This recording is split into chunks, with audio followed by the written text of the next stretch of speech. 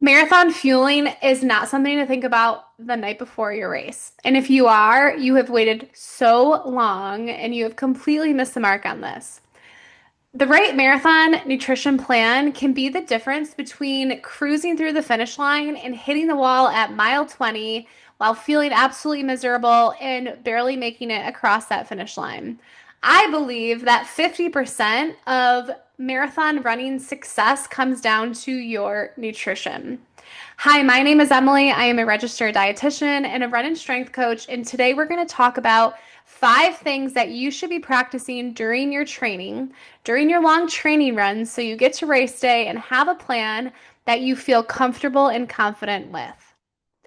The first thing is your carb loading plan. Create your carb loading plan now, even months in advance of race day, and practice one day of that the day before a long run. That way you can see what worked well, what didn't, make adjustments, and practice again if you feel that you need to. The whole purpose of carb loading is to optimize your glycogen stores. And carb loading properly, and on top of that, fueling while during your race is going to help you have a strong race and not hit the wall. Now, how do you figure out how many carbs to eat? And today I'm going to tell you. You are going to want to aim for 8 to 12 grams of carbs per kilogram of body weight per day. And you're going to want to spread that out into 3 meals and 2 snacks a day. It's also really helpful to drink carbohydrates as well.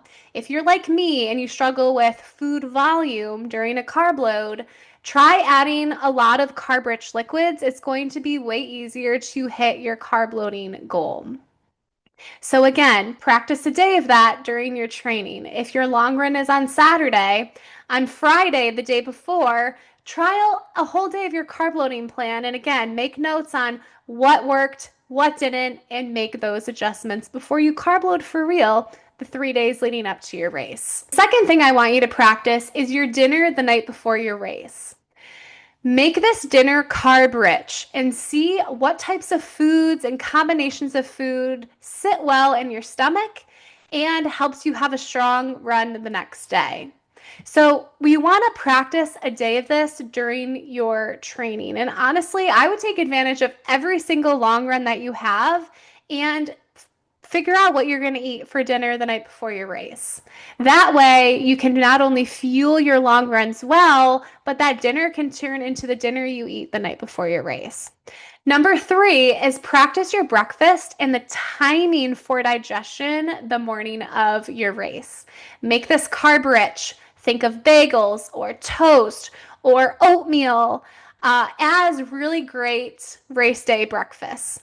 So take your long runs and take advantage of every single long run to figure out what types of foods work really well for you, the combination of food, and how long you need to digest.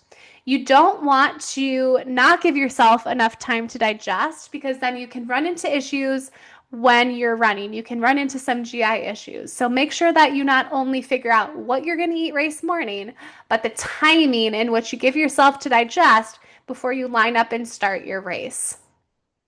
Number 4 is practice how you're going to fuel and hydrate during your race.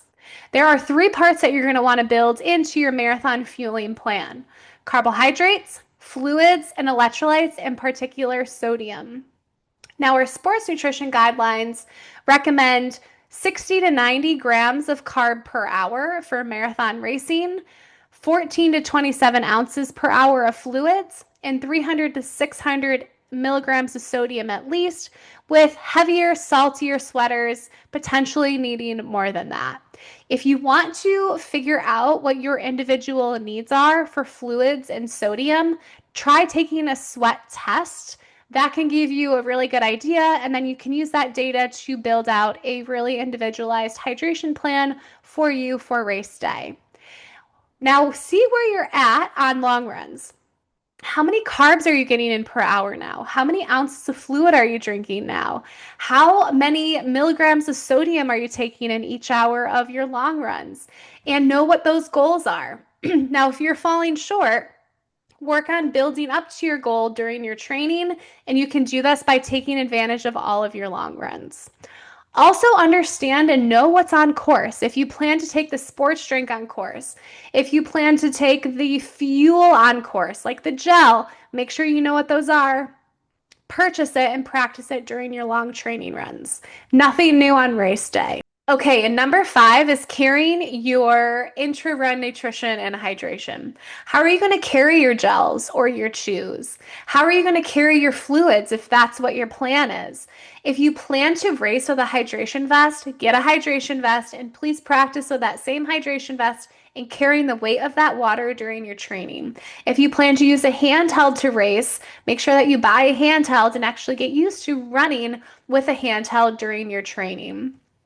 If you plan to take cups on course, make sure you know where those cups are. Make sure you know how many cups you need to take to reach your sodium and your fluid goals.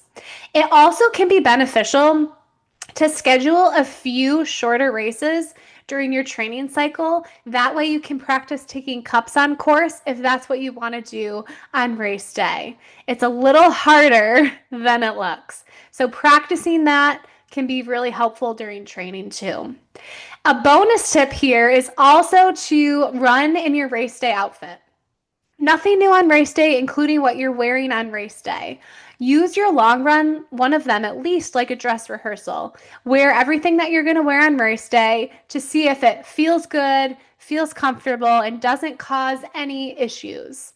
I learned the hard way once when I chose to buy a new sports bra and I thought I was going to wear it on marathon day. But thank goodness I wore it on one of my long runs and I realized that it fit a little bit too loose and caused tons of very uncomfortable chafing. So I ditched it and I didn't even attempt to wear it on marathon day, and I wore a sports bra that I knew fit me better and caused way less chafing. So again, test out your race day outfit because you don't want to get to race day and have any unnecessary pain or chafing or something not fit right. Now, your job is going to be to take these 5 tips and practice all of them. Practice all of these different pieces of your marathon training plan during your training, and you're going to get to race day and you're going to feel really darn comfortable and confident. Everything is going to be a habit. You're going to have all these wonderful nutrition habits that you can just do one more time during the marathon, and hopefully it cuts down on some of that race day stress and anxiety for you. So go get them. Good luck. You got this. Don't forget to hit subscribe as well to hear more nutrition and training tips.